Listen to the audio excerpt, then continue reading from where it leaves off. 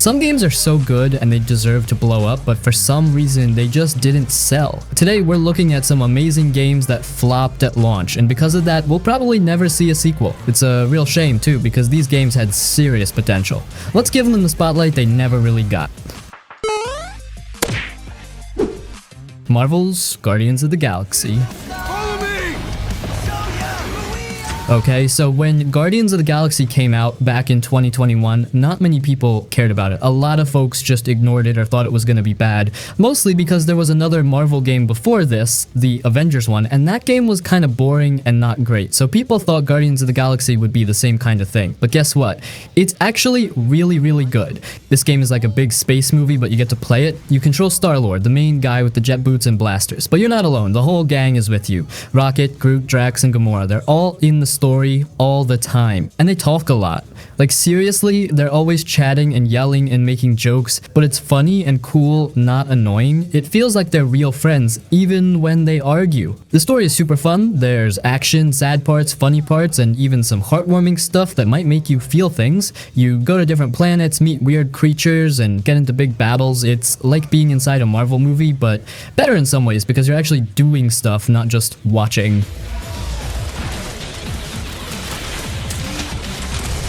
The game looks beautiful too. The planets and space stuff are colorful and cool to look at, and the characters look great and have a lot of detail. You can tell the people who made the game really cared a lot. The only thing is not many people bought it. It didn't sell well, so even though it's an awesome game with a great story and fun characters, it kind of flopped, which is sad because this game is actually a masterpiece in its own way. It's not too long, not too hard, and it keeps you hooked the whole time. Rejecting the promise, you have proven yourselves unworthy, and you must be destroyed! Spec Ops: The Line. Okay, so this one's called Spec Ops: The Line, and yeah, at first it just looks like a regular army game. Like you see the cover, you see the name, and you're probably thinking, oh, it's just one of those boring military shooters, but man, this one is different. Like really different. It tricks you. It starts off normal, then slowly turns into something way deeper and kind of dark, but in a good way. You play as the soldier named Walker. He's leading a small team into this city called Dubai, but it's not the normal Dubai we know. This place is destroyed. Sand everywhere, buildings falling apart. It looks like a war zone mixed with a sandstorm nightmare, and you're there to find another soldier who went missing. Sounds simple, right? But the more you play, the more messed up things get. At first, you think you're the hero. You think you're doing the right thing, but then the game starts showing you stuff that makes you stop and think, like, wait, are we the good guys? And that feeling just keeps growing. There's this one moment. It's really heavy. Like, I won't spoil it, but it hits you hard. Makes your stomach feel weird. It's not about jumping and shooting anymore. It's about choices, regret, guilt, stuff you don't usually feel in a game like this. I'm gonna kill every last one of you. And what's crazy is most people missed it. When this game came out, it didn't sell much. Barely anyone talked about it. They thought it was just another army shooter. But the truth is, this game has one of the smartest stories ever put into a shooter. No joke. It's not just about action. It's about what war does to people. Like, really shows the human side of it. Even the ending messes with your brain. You finish the game and just kind of sit there quiet thinking about everything you did. It's not fun in the yay, let's play again kind of way. It's more like, wow, what did I just go through? The gameplay is pretty standard. Shoot, take cover, move forward. But the way the game tells its story and how it makes you feel, that's where it shines. The city looks amazing too, like all the sand and broken glass and orange skies. It's creepy and beautiful at the same time. But yeah, Spec Ops: The Line didn't sell a lot. It flopped when it launched, but people who did play it still talk about it today because it's not just a game, it's an experience. A masterpiece hiding in plain sight.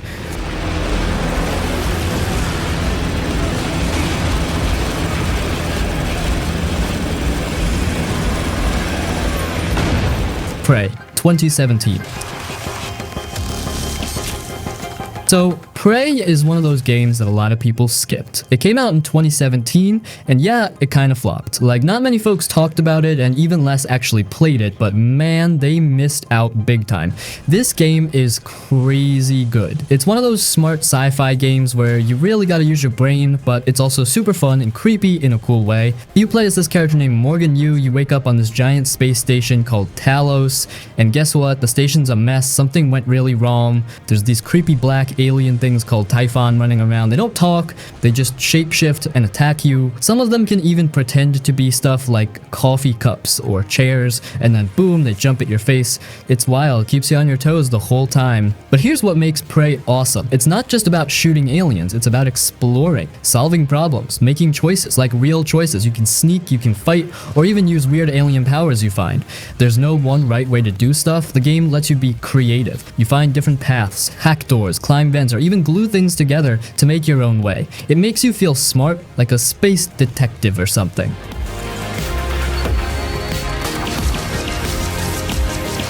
The space station is super detailed too. Every room feels lived in. You find notes, emails, stuff from the people who used to live there. You start to piece together what happened. It's like reading a sci-fi book while also fighting monsters. The story's deep too. It messes with your head. There are questions about who you really are, what the Typhon really want, and if you're even making the right choices. Some of the twists are super shocking. You might finish the game and still be thinking about it for days. A sad thing is this game didn't sell well, even though it was made by a great studio and had amazing ideas. It just kind of got ignored. Maybe the trailers didn't show how cool it was, or maybe people just weren't in the mood for a slow burn space game at the time.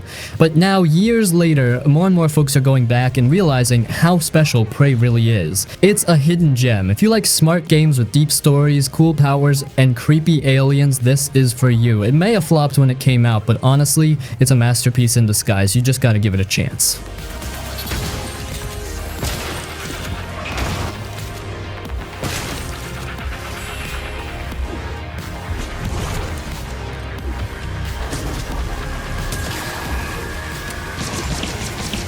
Alien Isolation.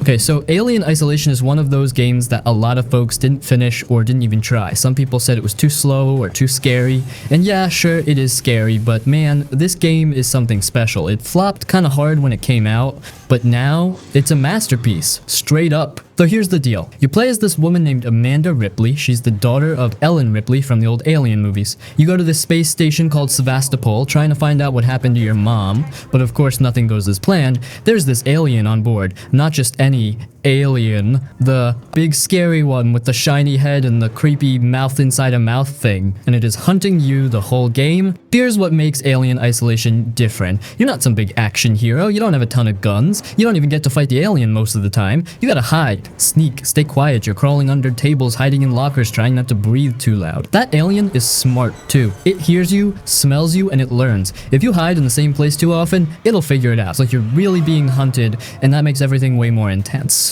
The space station looks amazing too. It's got this old school sci-fi vibe, like 1970s future style. Blinking lights, clunky computers, heavy doors, all of it feels real. It feels like you're inside one of those classic movies. The sound design is crazy too. Every little beep or hiss makes you jump. Sometimes you'll hear the alien crawling through the vents above you and just freeze in place, scared to move.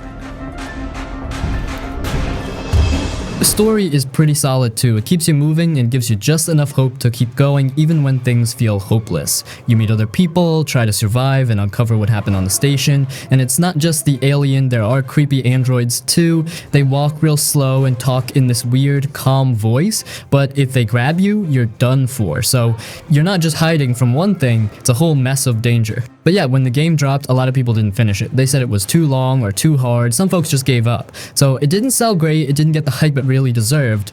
But here's the truth. If you stick with it, it becomes one of the most unforgettable horror games ever made. It's not just about jump scares, it's about tension, fear, that feeling in your gut where you don't know if you're gonna make it. The game nails that feeling. And now, years later, more and more people are going back and calling it a classic. Because that's what it is, a quiet, scary, beautiful masterpiece.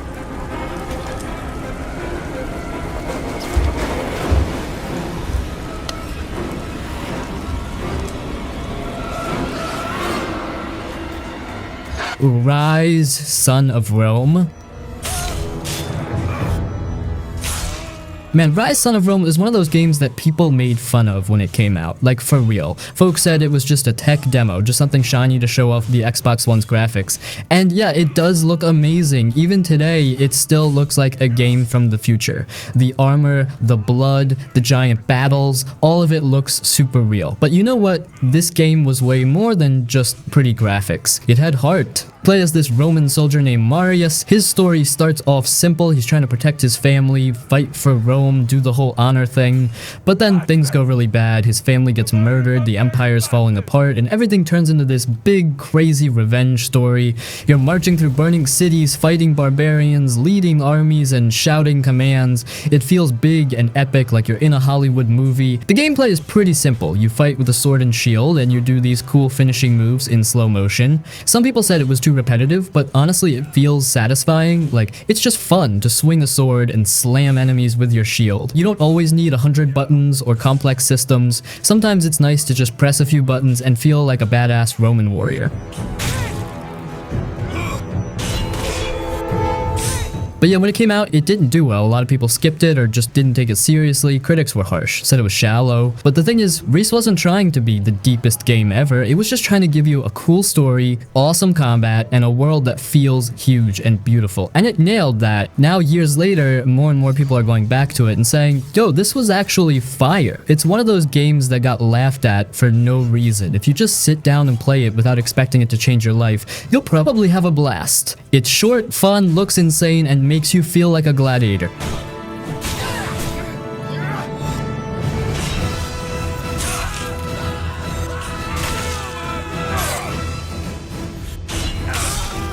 Alpha Protocol.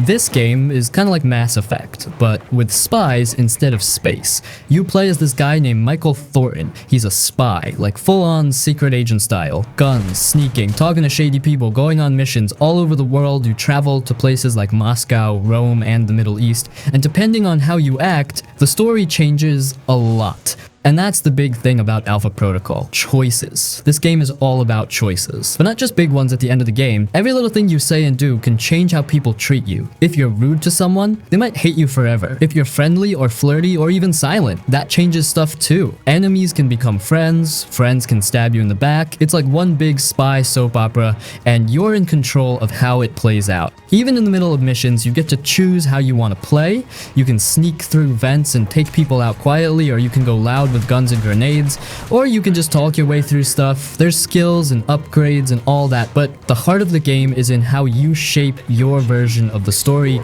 Oh, it did. Man, I thank you, but... Now here's the sad part. When Alpha Protocol dropped, it flopped hard, like super hard. Reviewers called it buggy, players didn't finish it, it got buried. But years later, people started going back to it and saying, wait, this game was kinda genius. Because it is. It did things that even big games today don't do. Like how your choices really matter, how you can talk your way through boss fights, how different each playthrough can be. Sure, the graphics look old, the combat's kinda stiff. But if you can look past that, this game has one of the smartest and most reactive stories ever made in an RPG. It just needed more polish. It had the heart, the soul, the ideas, just not the budget, maybe.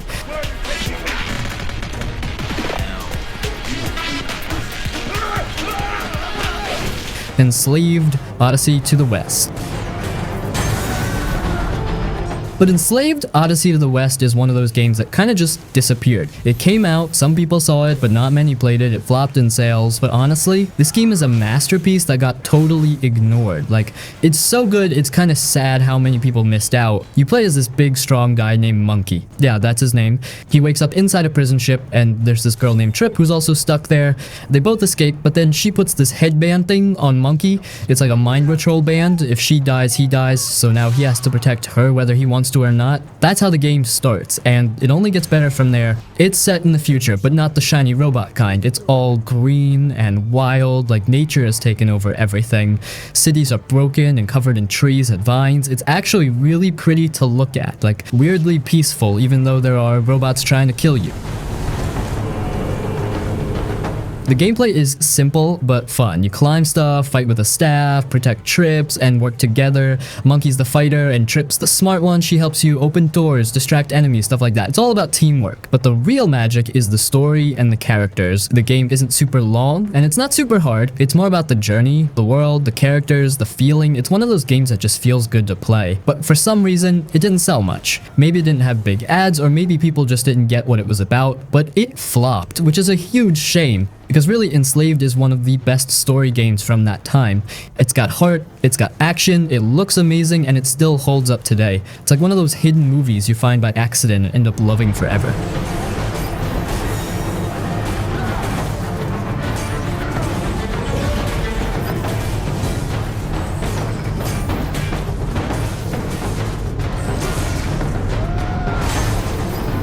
Grim Fandango.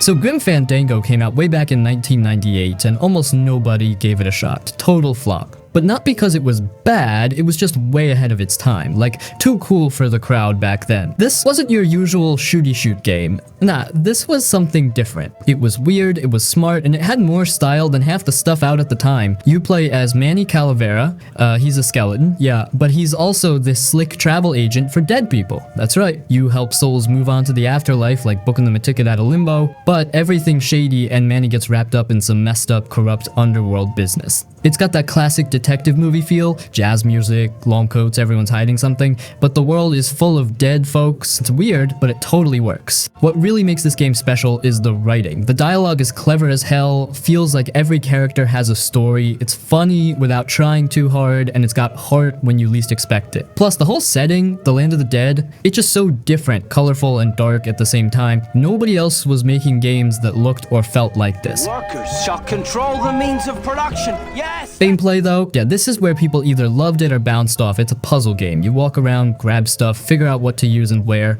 Some puzzles kinda wild, like you'd be stuck for hours trying to figure out why you need to give a balloon to a demon or whatever. So yeah, it was clunky, and the controls back then, tank style, super awkward. That's probably why it didn't sell. People wanted fast and fun, not slow and thinky. But under all that, Grim Fandango was packed with personality. It was one of those games you remember even years later just because of how different it was. They remastered it later and fixed a bunch of stuff, cleaned up the graphics, gave it better controls, and brought it back for a new audience, and that's when folks finally started to get it. Now, it's considered a classic, like straight up must play before you die kind of classic. Going down, down, down, oh rusty anchor. Guess you gotta hang around. Mirror's Edge. Mirror's Edge didn't try to be like everything else. No guns blazing, no big open world with side quests everywhere, just you, rooftops, and movement. This game was all about flow, parkour in first person, which almost no one had done before. You play as Faith, a runner in a clean, cold future city where everything looks perfect, but underneath it all, it's rotten. The vibe is super unique. White buildings, pops of red, clear blue skies. It doesn't look like other games. It feels fresh, even today. And then there's the way it plays. You're not just pressing a button to jump. You're timing it, grabbing ledges, rolling when you land, sprinting across pipes, crashing through windows. When it clicks, it's like dancing. You get in the zone and just move. No game feels quite like it. But here's the thing, Mirror's Edge didn't do so hot when it came out. It wasn't some big hit. People didn't know what to do with it. A lot of folks got frustrated, fell off rooftops too many times, or just didn't vibe with the no gun, no hand holding style. So yeah, it flopped. EA didn't even rush to make a sequel. Took years before they even touched it again. Still, there's something kind of pure about this game. It's short, it's focused, no filler. You're running, jumping, escaping. That's it. The music's chill, the world is cold and quiet, and the story's simple but interesting. You're just this one person up against a system that wants to crush you. It's not loud about it, it just is. A lot of games now borrow pieces of what Mirror's Edge did back then, the parkour, the movement first design, but this one still stands out. It had guts. It didn't chase trends, it tried something new, and even though it stumbled a bit, it made history in its own way.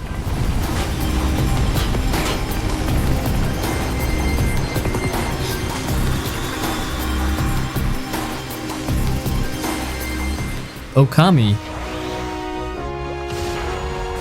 You ever see something so beautiful that you wonder why nobody talks about it?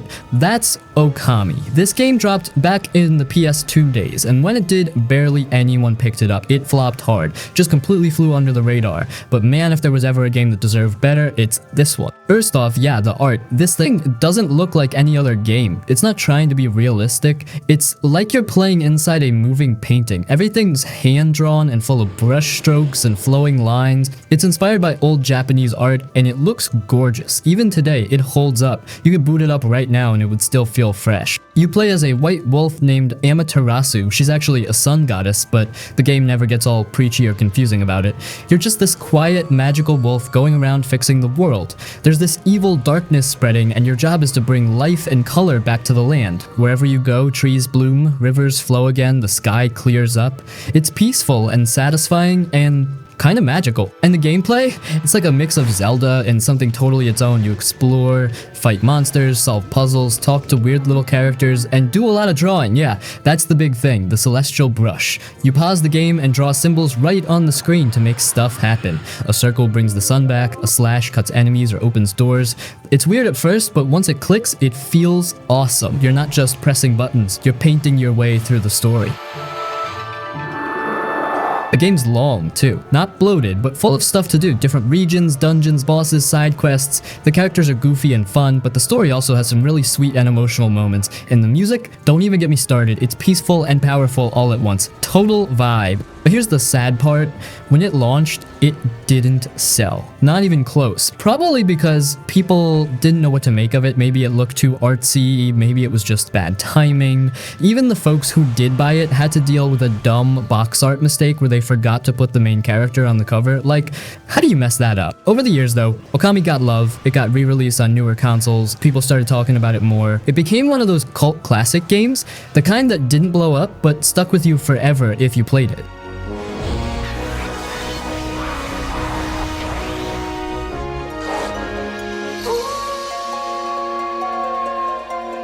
Kingdoms of Amalur Reckoning.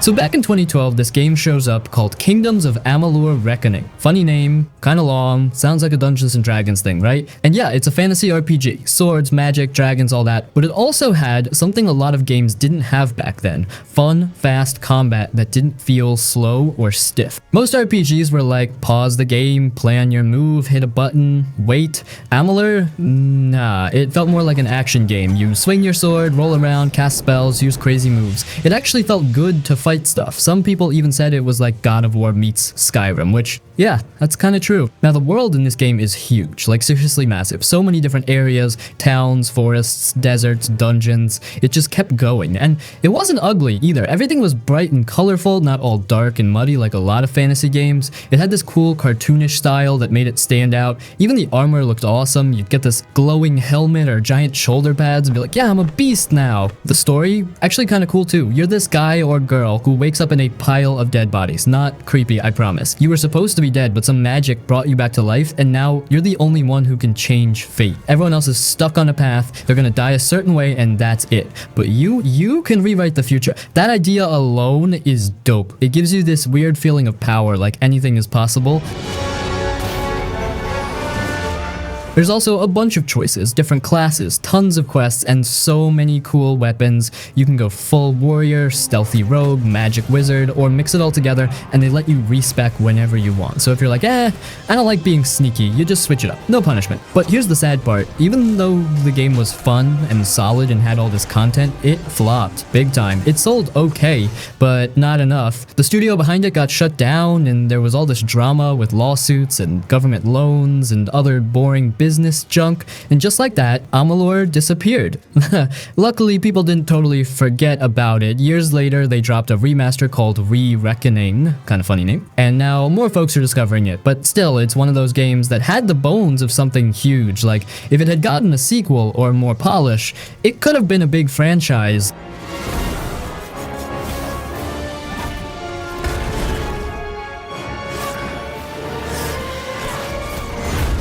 Mad Max.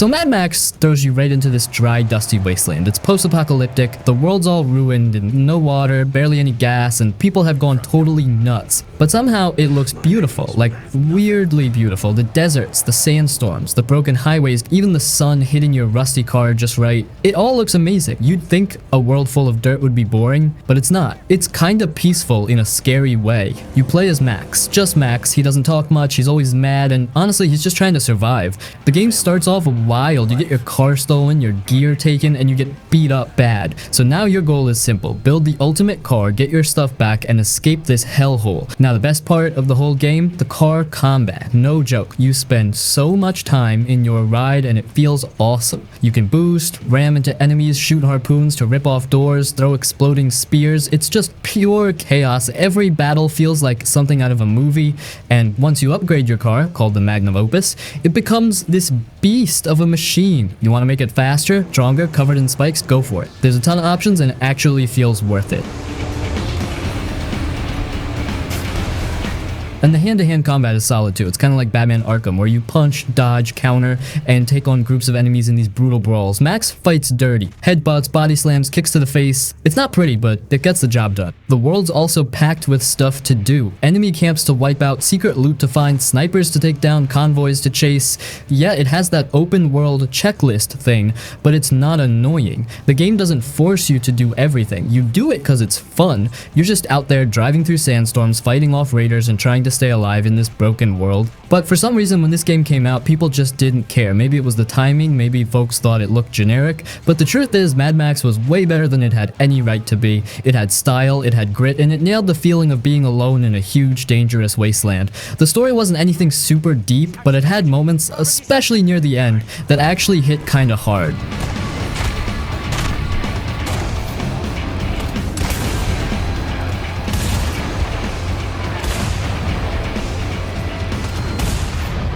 Shadow of the Tomb Raider.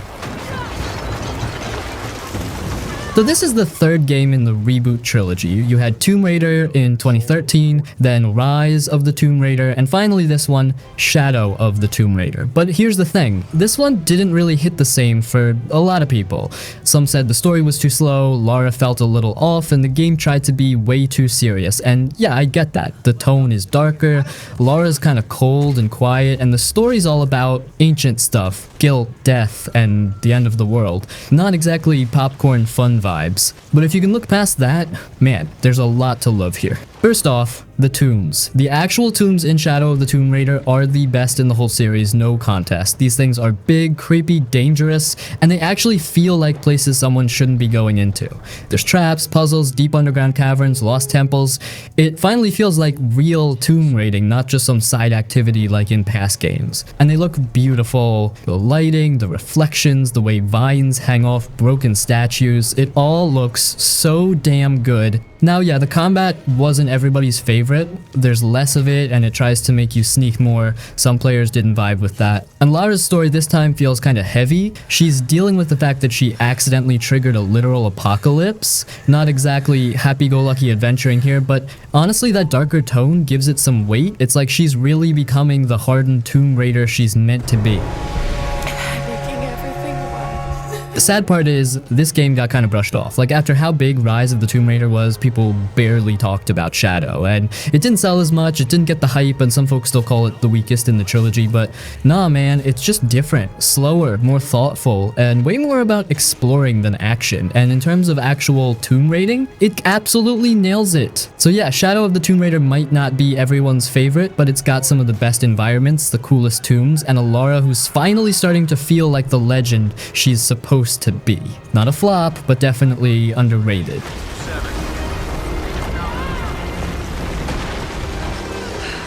Only one chance. Rage 2. So Rage 2 is one of those games where you look at it and go, dang, this looks sick. Big explosions, pink paint everywhere, chunky sci-fi guns, and a main character that can do superpower style moves like ground slams and air dashes. The trailers made it look like Doom met Mad Max with a shot of crazy. And to be fair, the moment-to-moment gunplay, it does feel awesome. Shooting in this game is smooth as butter. The guns hit hard, enemies go flying, and once you start unlocking your powers, you feel like a freaking superhero in the apocalypse. There's a shotgun that literally blows people across the map. There's a power punch that launches dudes into the sky. It's fun, like really fun for a bit. But the problem? The world around that fun kinda empty. It's an open world game, but the world feels weirdly lifeless. You're driving around this big dusty map and half the time you're like, wait, where is everybody? There's a few enemy camps here and there and some races or missions, but nothing really pulls you in. There's not much story to care about either. You're just some ranger dude or lady trying to stop a bad guy who shows up for like 2 minutes total, and then boom, that's kinda it. But hey, if you just want to blow stuff up and don't care about story or deep world building, this game totally scratches that itch. The driving's alright, the shooting's top tier, and the colors? Oh man, it's like someone spilled neon paint all over the apocalypse. Very stylish, very loud. So yeah, Rage 2 is one of those games that starts strong, gives you some cool toys to play with, but then runs out of steam real fast. It had potential, it just needed more heart, or at least more interesting stuff to do between the shootouts.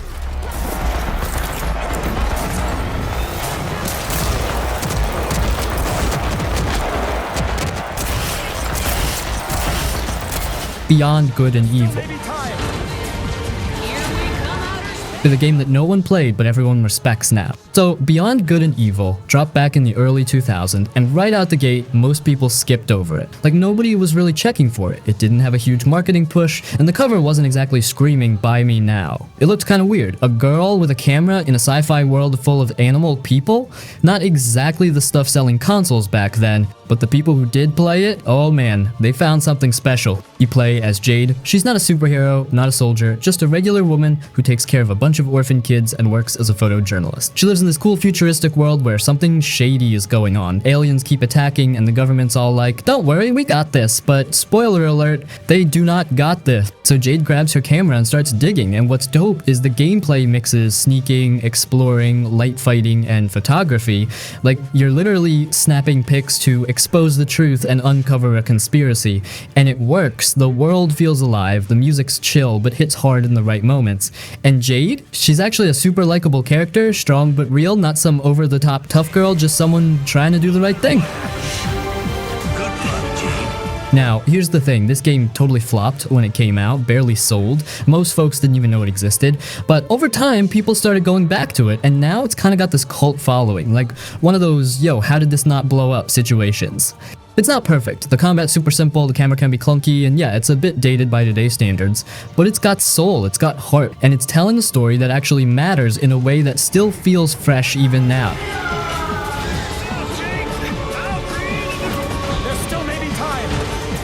Days Gone. We don't have hope.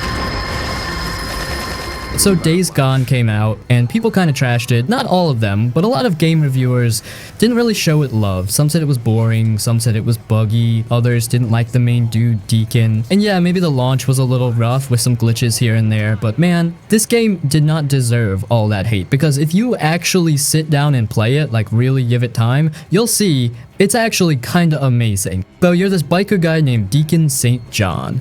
He's not trying to save the whole world or be some big hero, he's just trying to find out if his wife's still alive after the world went to hell.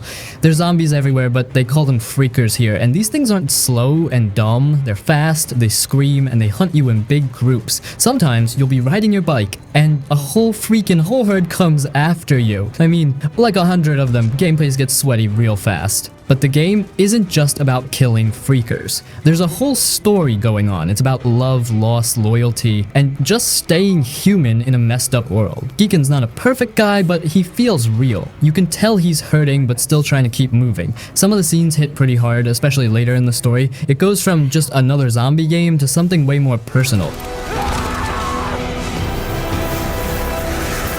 Now, yeah, some missions are a bit slow in the first few hours, not everything clicks right away, but that's kind of the point. The game wants you to live in this world a little.